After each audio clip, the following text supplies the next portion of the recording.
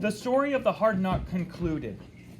The candles had just been lit the next day. Godfather Drosselmeyer did indeed arrive in Marie's room and resume his story. Drosselmeyer and the court astronomer had been traveling from place to place for 15 years, and still they had discovered no trace of the Nutcracker. Oh my goodness, how long did they look for the nut? 15 years. Holy cow, that's a long time. Children, I could spend 4 weeks telling you about all the places they went and all the strange and unusual things that happened to them, but I won't. Instead, I shall tell you only that Drosselmeyer was sick at heart and longed for his beloved native city of Nuremberg. One day, when he and his friend were smoking wretched tobacco in the middle of a large forest in Central Asia, Drosselmeyer was quite overpowered by homesickness. "Oh, Nuremberg," he cried. "Oh, Nuremberg, my happy home. How foolish I have been to roam, and how I yearn to return to Nuremberg, my Nuremberg, where houses all have windows and churches all have doors." As Drosselmeyer kept lamenting and lamenting, the astronomer, overcome with sympathy, began to moan so pitifully that he could be heard all over Asia.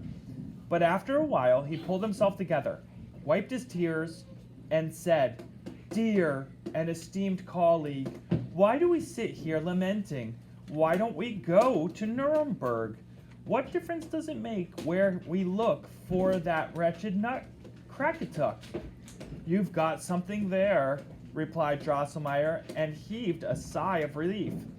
They both arose, knocked the ashes out of their pipes, and headed straight for Nuremberg. They had barely arrived when Drosselmeyer ran to his cousin, the carver, varnisher, and gilder of dolls. Wait a minute, gilder of dolls. That means he builds dolls for a living. And guess what his name was? Christopher Zacharias Drosselmeyer. Another Drosselmeyer,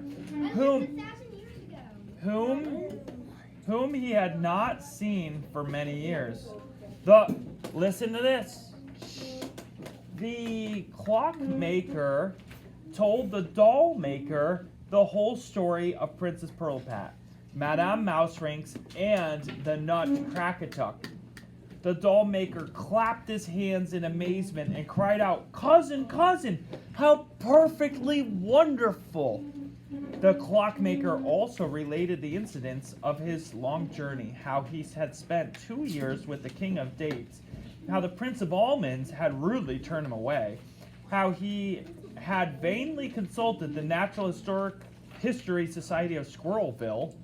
Why Squirrelville? Because squirrels love nuts, right? Squirrelville. In short, how he had nowhere found the slightest trace of the Nutcracker. While listening, Christopher Zacharias had several times snapped his fingers, twirled about on one foot, and clicked his tongue. In the end, he exclaimed, "Good gracious! Heavens above! I can hardly believe it." Then he tossed his cap and wig into the air, hugged his cousin with all his might, and cried out, "Cousin, cousin, you're a made man. Because if I'm not very much mistaken, the Nutcracker is right here in my house." Oh my goodness. Whereupon he brought in a box, opened it, and took out a gilded, medium-sized nut. "Here it is," he said, "and now let me tell you how I came by it. Many years ago, at Christmas time, a strange man came here with a sack full of nuts that he was trying to sell. Right outside my shop, he got into a fight with a local nut seller who felt very strongly that a stranger had no business selling nuts in our town. So the stranger put down his sack, and just then a heavily loaded cart came along and rode over it. All his nuts were cracked except one. which the vendor offered with a mysterious smile to sell me for a 1720 cruiser piece. I think that might be a type of coin, maybe. I looked in my pocket and to my great surprise found just the coin. I found just the coin the man wanted. So I bought the nut and gilded it. I can't imagine why I paid so much for that nut and why I prized it so highly. So it's almost like it was magic that this nut seller knew what coin was in this Drosselmeyer's pocket, okay? It's almost like he could tell what coin he had. Every last doubt about its being the precious Nutcracker was dispelled when the court astronomer scraped away the gilt. The gilt would be, I think that means that it was covered in gold. Like very, very, very thin gold, okay? So they scraped away the gold, and what did they see? They saw the name Crackatuck incised in the shell. In other words, carved into the shell in Chinese characters. The travelers were overjoyed, and the doll maker was the happiest of men when his cousin Drosselmeyer assured him that his fortune too was assured, since, in addition to a sizable pension, he would be supplied with gold for his gilding as long as he lived. The two travelers, the wizard and the astronomer, had already put on their nightcaps and were getting ready for bed when the astronomer spoke up as follows. Esteemed colleague, one piece of good fortune never comes alone. Take my word for it, the Nutcracker isn't the only thing we found. We've also found the young man who's going to crack it between his teeth and give Princess Perlipat the beauty kernel. I am referring to none other than your cousin's son. And in his enthusiasm, he protested, "No, I will not go to bed. I mean to draw up the young man's horoscope, like his fortune, this very night." With that, he drew off his nightcap and set to work on his observations. True enough, the cousin's son was an affable, nice-looking young fellow who had never been shaved and had never worn boots. So in other words, he fulfilled the requirements of the person, the young man, to crack the nut. Well, we'll see tomorrow if he ends up being the correct recipient of the Crackatuck Nutcracker. I know what's gonna happen. The whole packet? Okay, well then just listen carefully. Actually, while you're listening, you could color it in ever so lightly. If you want, you could fine tip marker the words. That's what I would do, but it's up to you. So that's basically where we're at, Owen.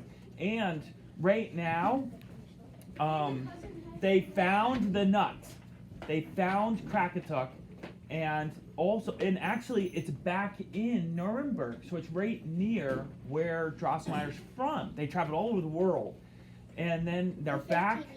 Yeah, for 15 years. They're back. So now Perlipat is 15 years old, and she's ugly because she's been turned into this like robotic, mechanical thing.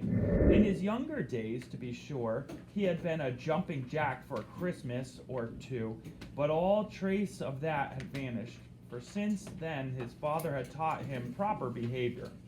Now, at Christmas time, he wore a sword and a red jacket with gold trimmings, and since he carried his hat under his arm, there was nothing to hide his magnificent pigtailed wig. There he stood in his father's shop, gallantly cracking nuts for young ladies, for which reason they called him Nutcracker. Next morning, the astronomer threw his arms around the clockmaker and cried out, "It's him! We've got him! He's found!" But there are two things, my dear colleague, that must be borne in mind. First, you must make your excellent nephew a sturdy wooden pigtail, connected with his lower jaw in such a way that a tug at the one sets the other in motion. Second, when we return to the palace, listen to this carefully. When we return to the palace, we must take care not to tell a soul that we have brought the young man who is to crack the nut with his teeth. In fact, he must not show himself until we have been there for some time. I read in the horoscope that after a few others have broken their teeth trying to crack the nut, the king will promise the princess and his throne to the man who succeeds, and thereby restores the princess's lost beauty. So is the king promising his chair that he sits on throne? No. What is he promising? What is he going to promise? Keegan, I mean? Being king, right. His title, right? Not just the throne. The throne symbolically as his title. That's very classy of you, Caleb. Okay, so, Cousin Dollmaker was so delighted to hear that his son was going to marry Princess Pirlipat and become a prince and a king that he entrusted the boy entirely to the care of the two travelers. The pigtail that Drosselmeyer attached to his hopeful young nephew was a complete success, and thanks to this device, the boy was able to crack the hardest pitch piece. Have you guys ever seen a peach pit? I think I may have said that wrong. Have you ever seen a peach pit? Yeah. It's that wrinkly, really, really hard. Have you? With your teeth? Don't try that. Drosselmeyer and the astronomer sent word to the palace that the Nutcracker had been found, and advertisements were put in the papers forthwith. By the time the travelers got there, several handsome young men, including one or two princes, had arrived, determined, thanks to the soundness of their teeth, to free the princess from the witch's spell. The travelers were aghast when they saw the princess. The little body with its tiny hands and feet could barely support the ungainly head. The ugliness of the face was accentuated by a white cotton beard that had sprouted over her mouth and chin. Everything happened as the astronomer had read in his horoscope. One beardless and bootless boy after another broke his teeth and jaws on the Nutcracker without doing the princess the least bit of good. When carried away, semi-conscious, by the dentists who were in attendance for the occasion, they sighed, "That is indeed a hard nut to crack." Have you ever heard that expression? Nope. No? The king, in despair, then promised his daughter and kingdom to the man who would break the spell, whereupon the gentle and well-bred young Drosselmeyer stepped forward and asked leave to try. None of the young men had made such an impression on the princess. She pressed her little hands to her heart and sighed ever so fervently. "Oh, I do hope it's he who cracks the nut and becomes my husband." After young Drosselmeyer had graciously saluted the king and queen and Princess Pirlipat as well, the Lord High Chamberlain handed him the Nutcracker. He put it between his teeth, gave his pigtail a good tug, and crack, crack, broke the shell into many pieces. Adroitly removing a few fibers from the kernel, he handed it to the princess with a low bow, closed his eyes, and took a step backward. The princess swallowed the kernel, and wonder of wonders! The misshapen monster was no more, and there stood the loveliest of maidens. Her face was woven of lily white and rose red silk. Her eyes were glittering azure stones, and her head was piled high with curled threads of gold. Drums and trumpets mingled with the rejoicings of the populace. But was he done, folks? No. Was he done? No. No. The king and his whole court danced on one foot as they had at Pirlipat's birth, and the queen, who had fainted for joy, had to be rubbed with cologne. The tumult was most upsetting to young Drosselmeyer, who had still to complete his 7 steps backward. But he kept his head and was just raising his right foot for the 7th step when Madame that Mouselinx arose from the floor, piping and squeaking hideously. In putting his foot down, young Drosselmeyer stepped on her and almost fell. Oh, cursed fate! A fraction of a moment later, young Drosselmeyer was as ugly as Princess Pirlipat had been. His shrunken body could hardly support the monstrously swollen head, with the big protuberant eyes and the wide, hideously yawning mouth. In place of his pigtail, he now had a narrow wooden cloak with which to move his lower jaw. In other words, he became Nutcracker. Literally. Hold on. Both the clockmaker and the astronomer were beside themselves with horror.